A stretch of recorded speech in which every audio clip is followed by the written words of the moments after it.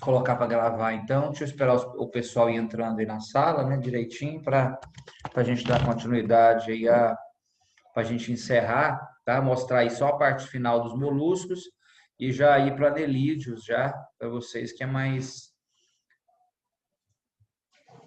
um grupo mais rápido aí, tá? E lembrando que aí depois eu vou colocar uma lista de exercícios. Ah, deixa eu perguntar para vocês.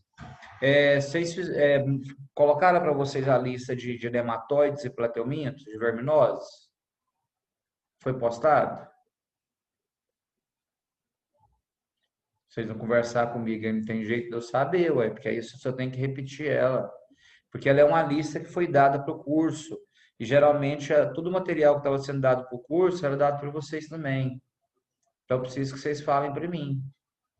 Porque o cursinho já passei muito tempo pela parte de verminoses com eles.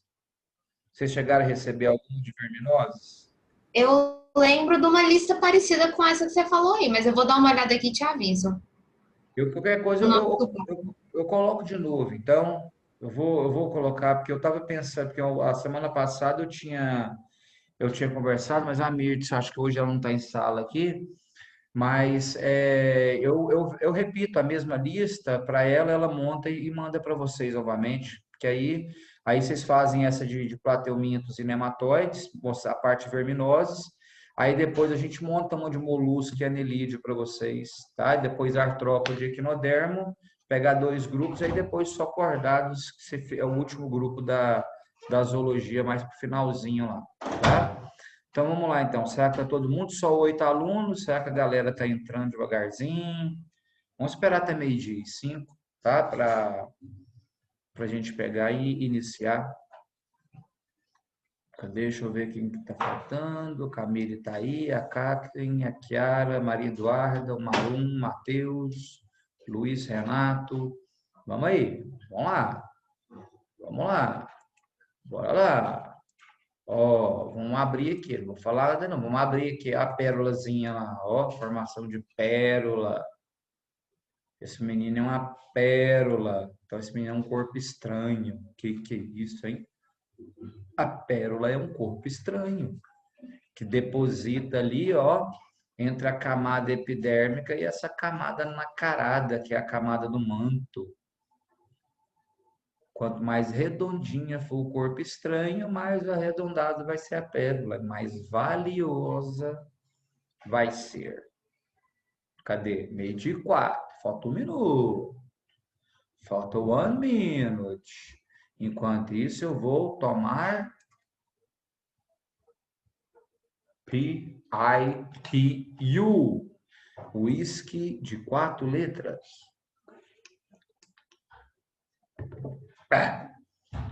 Gente do céu, forte demais. Ó, qual a composição da pérola, tá? Camille, a composição específica dela depende muito da espécie, tá? Da outra. Mas o que que acontece? É a parte orgânica e mineral, porque essa camada do manto ali, né, como se fosse ali o tecido epitelial nosso, vamos dizer assim, então ali secreta o quê? Secreta uma composição mineral, aí eu tenho que olhar qual que é a composição mineral, aí você me apertou, mas eu penso que deve ser muito próximo à composição da concha, tá? A questão de proteínas, né? Ela deve ser muito rica em proteína ali, tá? Da parte orgânica, né? E a parte mineral, tá? Eu tenho que olhar a composição específica, tá? Eu não vou, como diz, aventurar a falar besteira, não. Mas tem um aspecto, vamos dizer assim, dependendo da cor, né? Tem o aspecto valioso, né? Justamente por causa da raridade. Tá? Hoje o pessoal cultiva ostra, né? Só para a produção de pérolas. Molusco, como é que é o nome da cultura? Acho que é malacologia, se não me engano, né? São o pessoal que cultiva, tá? O moluscos aí, principalmente aí as ostras, se não me engano, tá? Malacologia, eu acho que é, tá? De mala, não. Malaco, acho que é de moluscos. Vamos ver, meio de 5, já deu já. Bora lá então, filhotinhos. Olha aqui então para vocês verem, ó, tá vendo? tá? Quando aparecem questõezinhas relacionadas à formação da pérola, sempre aparece, na realidade, que é algo estranho, algo que ficou ali entre a camada da concha e a camada do manto, tá? Então, aqui ele mostra, tá vendo? Eu vou só apertar aqui, ó. Olha lá. Então, aquilo ali é a formação da pérola, né? Coisa simples, na realidade, né? Ele mostra, na realidade, que a pérola, ela é resultado de quê? De uma reação a esse corpo estranho que entrou ali nessa camada, e aí vão sendo depositadas, né, substâncias ali envolvendo até formar a pérola.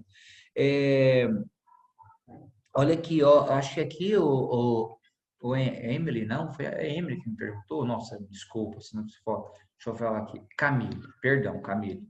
Camille, olha aqui para você ver, ó, tá? Ele está colocando aqui, ó, composto de carbonato de cálcio, né? Então, quer dizer, basicamente aí a mesma composição da concha, né, é que vai praticamente participar aí da composição das pérolas lá, tá? Porque é a mesma camada de células que secreta. Eu penso que a base dela deve ser essa base mineral ali da concha, tá? Bom, filhotes, tá? Então aqui, deixa eu ver se tem mais alguma. Deixa eu desaparecer aqui. Mais algum detalhe aqui. Não, aqui ele mostra, né, o cefalópodes, tá? Mostrando o polvo aqui que não tem concha. A lula, né, meninas? Tomar muito cuidado com essa questão da concha da lula, que ela tem o quê? Essa parte interna que parece uma setinha, tá? Você já deve ter visto aí muito em imagens, né, em desenhos que se faz, chamada de pena, né? Então, essa pena, na realidade, é onde tem uma concha interna. Então, tomar muito cuidado com a questão da concha, tá? A concha nos moluscos é o quê? Ela é importante para proteção, né? De uma forma geral. Principalmente por quê? Porque você está relacionando o corpo mole do animal. Então, lá nos gastrópodes, concha externa, exceção lesma, tá?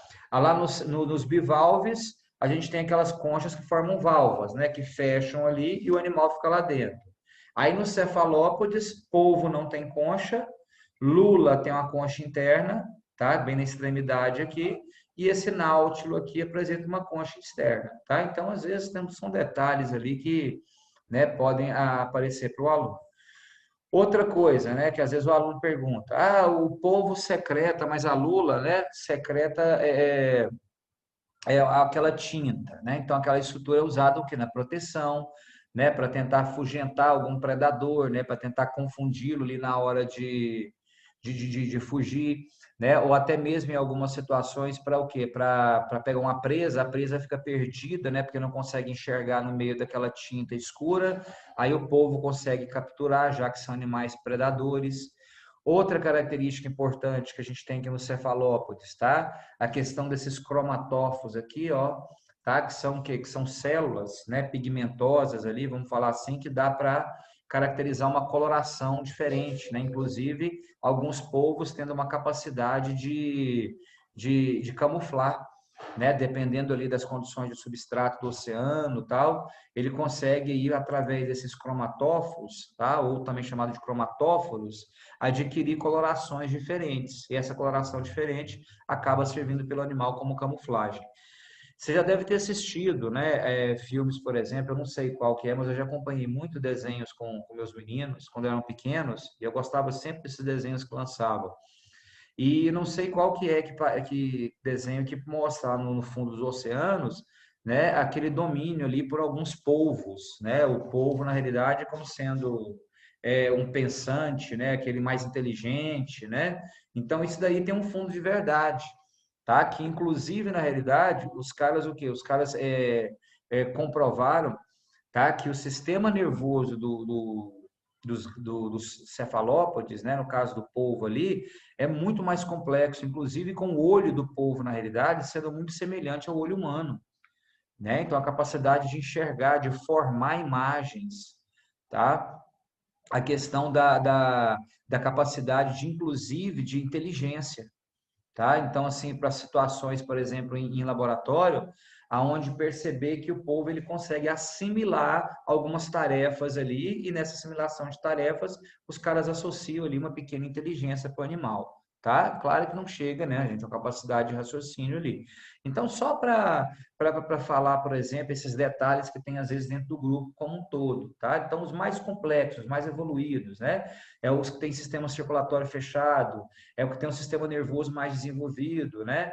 É o que tem a capacidade, por exemplo, de inteligência, vamos falar assim. Se isso aparecer para vocês dentro dos moluscos, lembra do polvo, lembra dos cefalópodes, tá? Que acaba sendo colocado ali para vocês como uma forma de vocês fazerem rapidinho a questão lá, tá? E aqui não, aqui essa imagem aqui, eu acho que só vai colocar a imagem da lula por dentro, mostrando também todo o aspecto ali, né, todos os órgãos internos do animal. Aí só mostrar aqui onde que está a concha para vocês verem. Aqui, ó, a concha 8, chamada de pena, tá vendo? Ela é a concha interna, tá? Então, cuidado, às vezes o cara fala concha interna e molusco, o menino fala, mas não, aí, caramuja de fora, polvo não tem, né? Então, é um detalhezinho ali que às vezes pode, né, aparecer para vocês aí, tá bom? Então, filhote, sobre moluscos, né? Então, como a gente já tinha comentado com vocês, deixa eu só tirar essa projeção lá. Então, fiquem atentos, né, a essa questão da alimentação, tá? Fiquem atentos à questão né, de gastrópodes, né, serem, participarem ali como hospedeiro intermediário, no caso da verminose lá da esquistossomose. São detalhes ali que podem aparecer para vocês, minha boca está molhada aqui, com mais frequência, tá?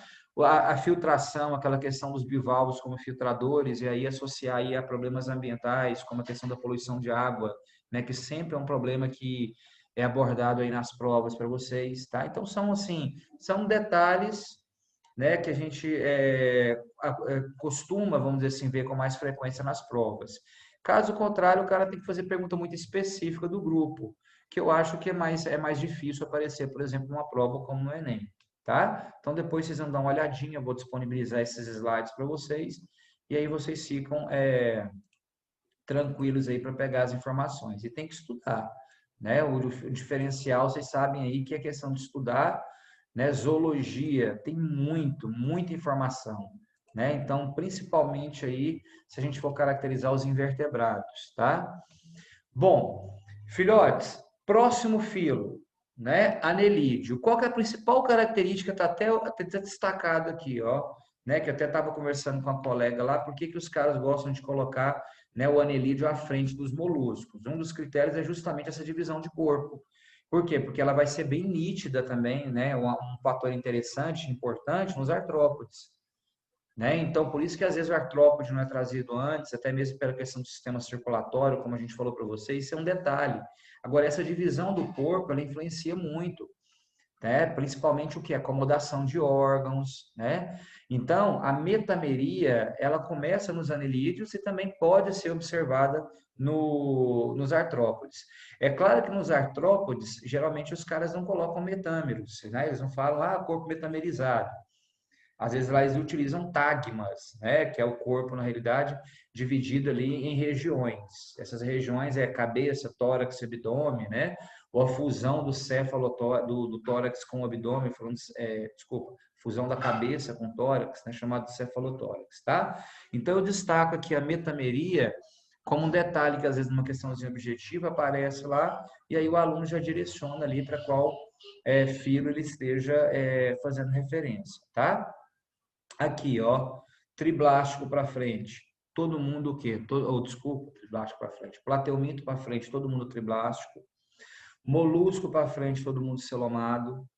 Plateuminto para frente, simetria bilateral, tá? E protostomado a partir dos quinidários. Então, isso daí, né, todo filo a gente está ressaltando isso para vocês. Anel lídeo, né? Então, quer dizer, animais com corpo segmentado, né? Constituído por anéis, né? O que a gente chama de metâmeros. É como se cada pedacinho fosse um compartimento isolado ali no corpo do animal, tá? Classificação, né? As três classes ali dos anelídeos, tá? Talvez pode ser que haja a indagação ali de qual é o critério usado. Tá? Então, o critério usado na classificação dos anelídeos, queridos, é a presença de cerdas, tá? Cerdas é como se fossem projeções ali, né? Como se fosse, não vou falar pelos ali, porque senão para não confundir a cabeça de vocês. Então, são projeções, né, que são emitidas ali, que podem ser vistas ou não, tá? Dependendo de qual é a classe. Então, por exemplo, a classe que mais aparece para vocês, aquela que, né, todo livrinho de biologia, se você acessar aí agora, pegar qualquer site de busca e colocar questões sobre anelídeos lá, vocês vão ver que é uma predominância dos oligoquetas, né, que é o caso das minhocas, né, minhoca, minhocuçu, né, que são os representantes ali. Tá? Então, o critério aqui, na realidade, é a presença dessas cerdas externas. Aqui nós temos um animal com poucas cerdas, né? Praticamente a olho nu a gente consegue observar, mas se você passar a mão, né? Tem gente que fala, eu vou pegar em minhoca, né? Ela é gosmenta tal, mas você observa que em certas situações ela é meio áspera, dá para você perceber essa questão áspera ali na parte externa da minhoca. Aqui já é um representante, tá? Opa, aqui um representante aquático, especialmente marinho, vamos dizer assim, exclusivamente marinho, tá? Já não é um diferencial para falar assim, o aluno eu tenho que saber um poliqueto, eu tenho que estudar um poliqueto para a prova, não. Volto a falar para vocês. Se o cara quiser algo a respeito dos anelídeos, cobrar, mostrar para vocês estrutura interna, corte interno, reprodução, vai ser da minhoca. A minhoca, que é o exemplo utilizado como padrão, tá? O sanguessuga, né? A gente sabe que tem uma importância, já teve uma importância medicinal muito grande, por isso que o principal representante, tá? É a chamada Hirudus medicinalis, tá? Que produz uma substância, inclusive utilizada no tratamento de tromboses, né? Chamada de irundina, tá? Então essa substância, na realidade, ela é anticoagulante, porque todo animal que é hematófago, meninos, né, principalmente aqueles que permanecem no corpo do hospedeiro, né, como é o caso do sanguessuga, o que que acontece? O sangue, porque ele não pode coagular, porque senão o animal ele não dá conta de quê? Não dá conta de absorver, já que ele é uma espécie hematófaga. Então, na boca desses animais, né, insetos, por exemplo, né, que picam ali para sugar o sangue, né, como a fêmea aí de muitos insetos que participam da transmissão de doenças, então é comum, juntamente com a saliva, a gente encontrar substâncias anestésicas e anticoagulantes. O anestésico, por quê? Porque o animal está ali parado. Se causar dor, por exemplo, o contato que o animal tem, rapidinho o hospedeiro vai e tira ele dali. Agora, anticoagulante por quê? Porque o animal ele se alimenta de sangue, então ele tem que ter um fluxo de sangue constante, tá? E no caso da sanguessuga, ela já foi muito citada na medicina, né, para alguns tratamentos, algumas terapias. Entre elas, né, o que a gente chama de sangria. Então, por exemplo, né, para aliviar a pressão, né? Então, a pressão alta, por exemplo, você tem o quê? A gente sabe que tem um perigo, na realidade, de um acidente vascular. Então, espalha-se sanguessugas no corpo do indivíduo ali, né? E sugando esse sangue, ela só solta do corpo do indivíduo quando ela enche. Não sei se vocês já viram um filme para observar isso daí, tá? Então, só quando ela enche. Tanto que quando ela não está cheia, por exemplo, ela não solta. E uma forma de você fazer a sanguessuga soltar é o calor, né? Então, muitos filmes que vocês assistiram aí, por exemplo, você já viu ela devido aquecer, por exemplo, uma faca, um metal, encostar nela, ela pega e solta. Caso contrário, ela fica grudada. Ela fica presa lá. Até ela o quê? Até ela se fartar de sangue e ela cair por si só.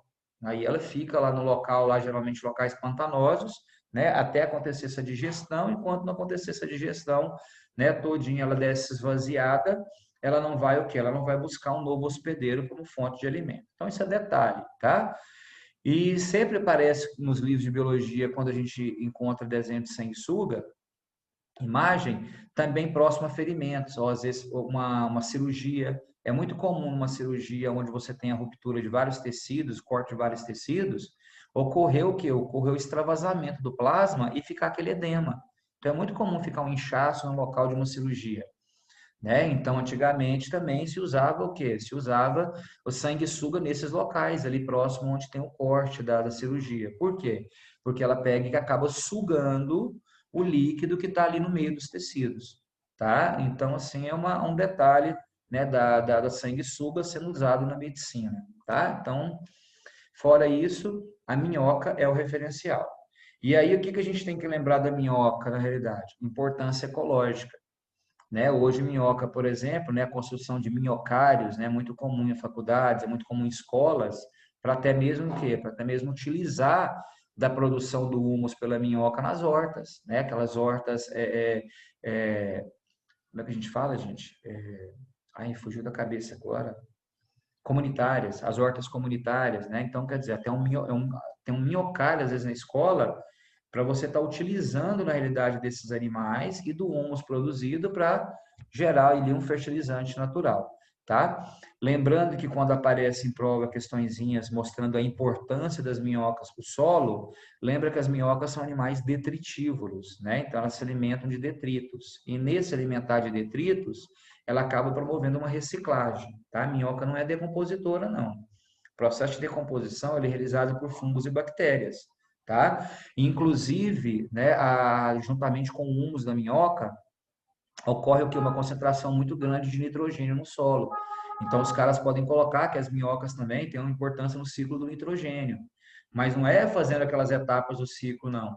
É porque a liberação do humus, ela é rica em composto nitrogenado. Então, acaba participando, né, da fertilização do solo, tá?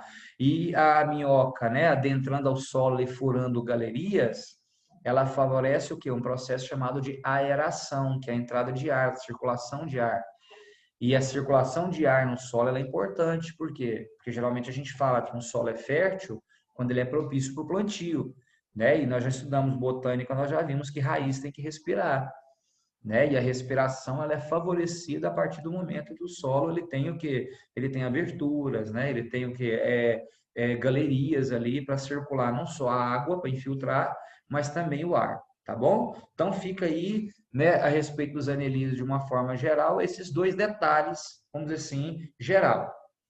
A questão da minhoca associada à importância econômica, fertilidade, humus, solo, etc., tá? E no caso da sanguessuga, a parte medicinal, né?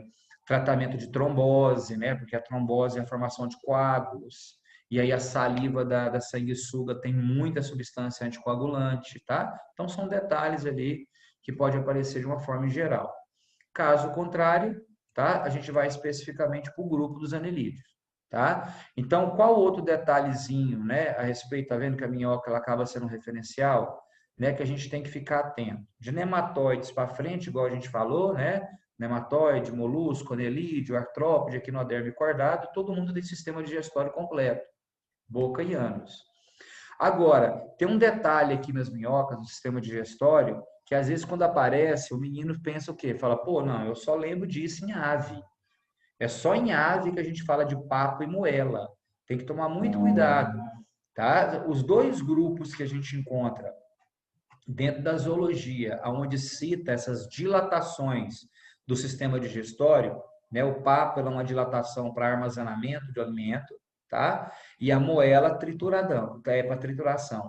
Então, somente em aves e anelídeos, né? Por quê? Porque no exercício, por exemplo, uma provinha lá, fala, presença de papo e moela, ele fala da minhoca, o menino falou assim, eu vou ter que saber que minhoca tem papo, que minhoca tem moela. Então, cuidado com esses detalhes, a gente já viu cair, e o aluno, às vezes, o que acontece? Deixar passar, porque é um detalhe que a gente precisa falar para vocês, tá? Então, no caso da minhoca, a gente tem todo um sistema digestório completo, né? Depois vai aparecer outra imagem aqui, eu vou lá para o Planeta Bio, lá também que tem uma imagem lá detalhada lá das estruturas internas, mas não esquece, tá, dessas duas dilatações aqui, ó, papo e moela presente aqui nos anelídeos e presente nas aves, que são os dois grupos ali, só que as aves é lá na frente dos vertebrados para lá, tá bom? Papo sempre, aonde aparecer, é um órgão de amolecimento, de armazenamento de alimento, e a moela é um órgão de trituração, tá? Então, isso daí fica, vamos dizer assim, claro para vocês aí.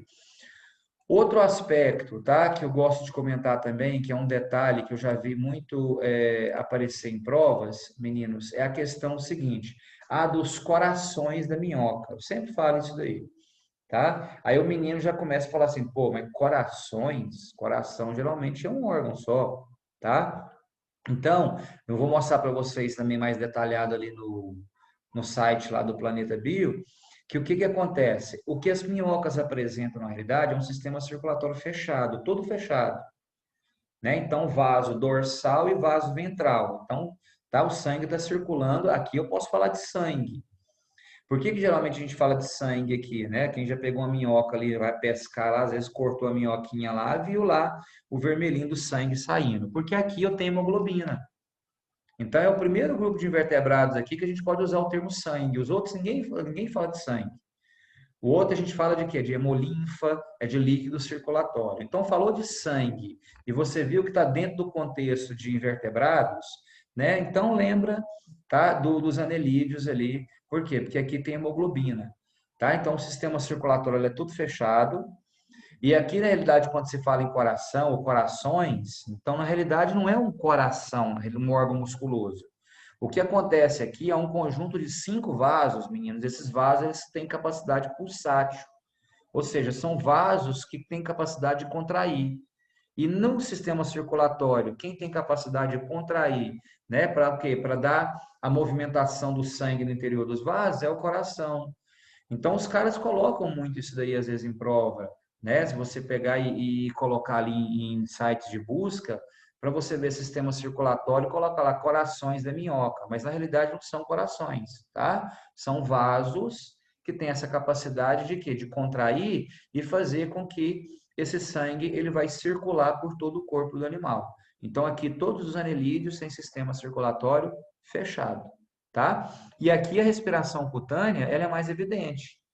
Todo mundo sabe disso, né? Todo mundo já ouviu falar, por exemplo, aí do porquê que a minhoca ela precisa ter aquele aspecto gosmento, né? Ela precisa ter aquela umidificação ali externa da pele. É justamente para facilitar as trocas gasosas.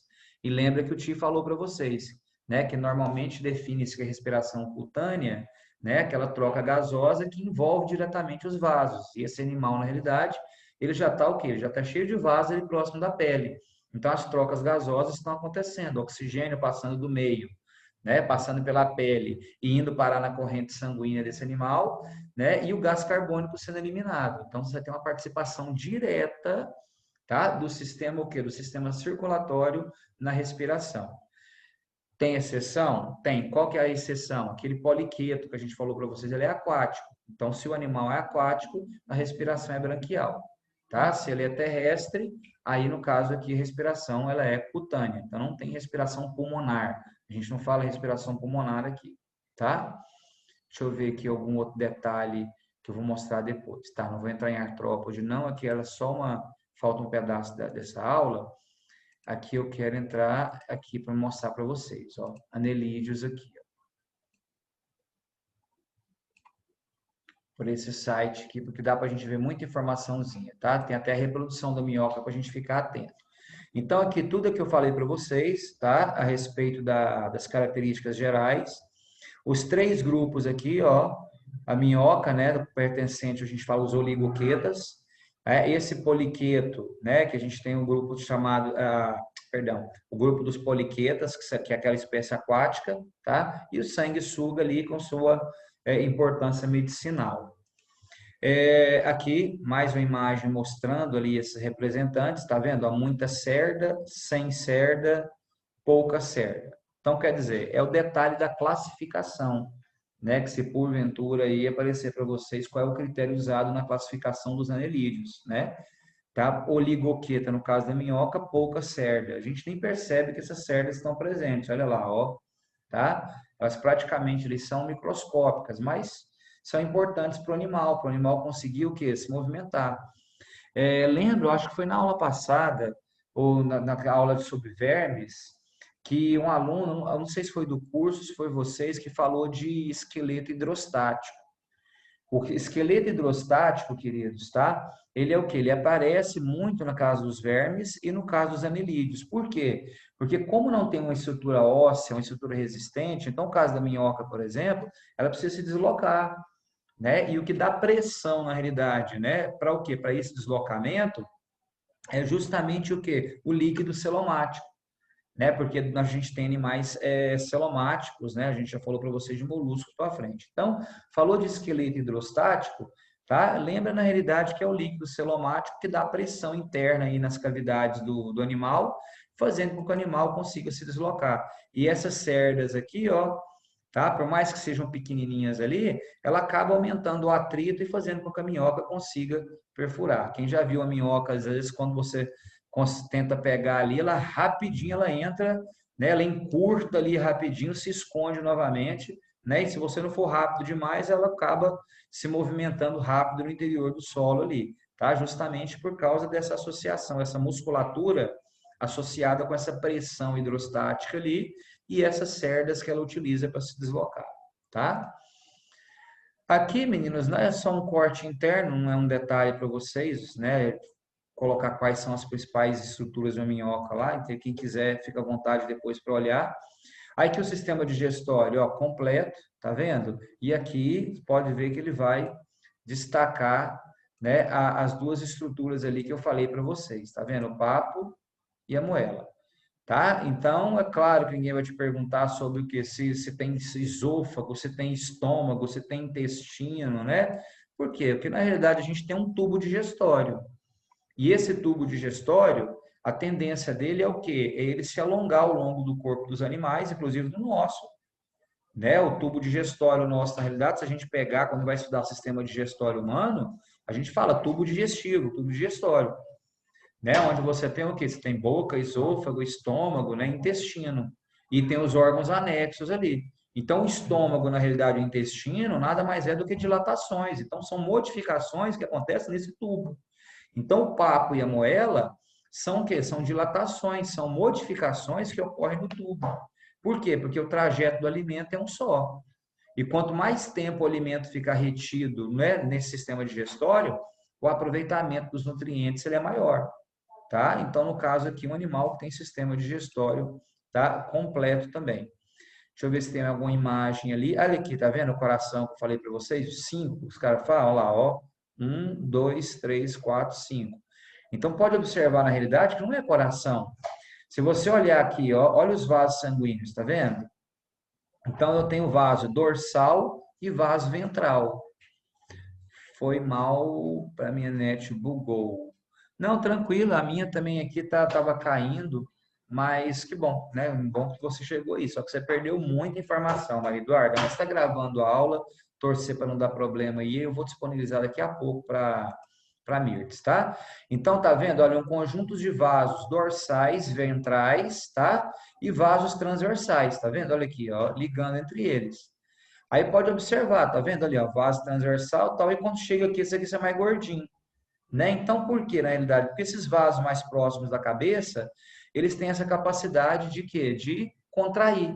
Então, essa contração acaba o quê? Acaba dando esse ritmo, na realidade, né, de dilatação, lembrando, na realidade, o papel do coração, né? Porque quando a gente estuda, vocês vão, quem for fazer curso na área de biológicas aí, você vai ver que evolutivamente o coração nada mais é do que o quê? Do que um vaso dilatado, tá? E que o quê? Que foi ganhando espessura muscular ali, tá? Então ela é uma adaptação ali dos vasos que surgiram inicialmente, tá?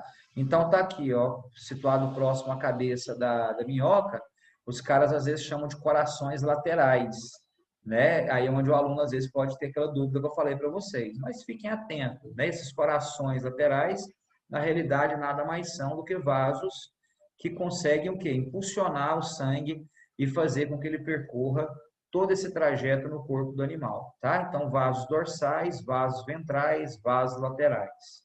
Essa é uma característica que acaba sendo citada só aqui nos anelídeos. Nos outros grupos, os caras praticamente não usam esses termos ali, tá?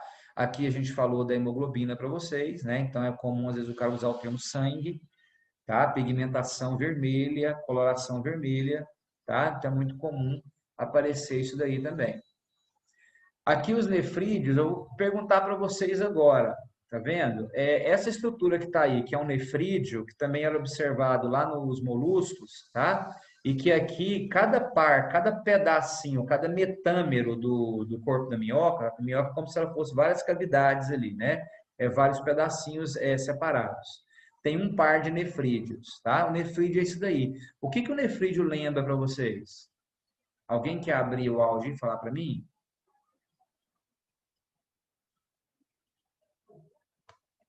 Quando vocês estudam sistema excretor,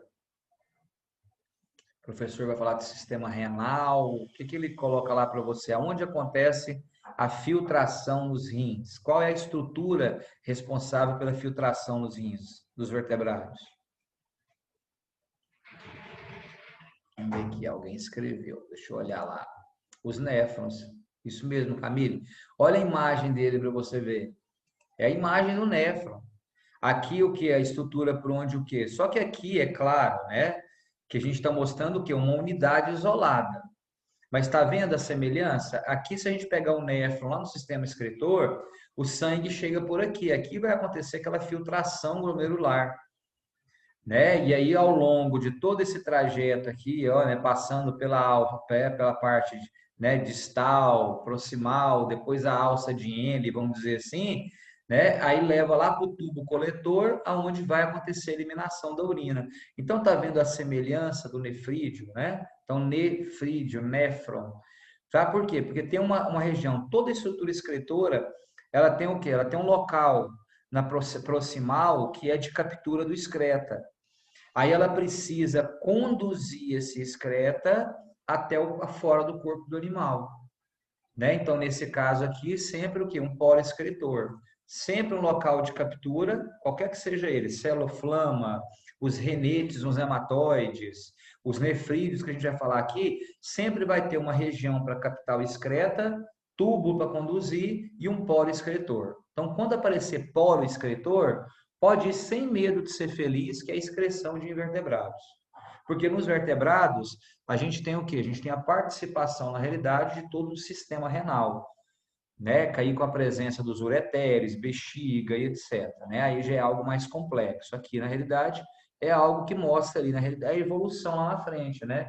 Mostra de onde, na realidade, as estruturas elas aparecem, né? Uma semelhança ali com estruturas simples até chegar lá nos rins, né? Que nada mais vai ser do que um monte de néfrons, lá, milhares de néfrons fazendo a filtração, tá?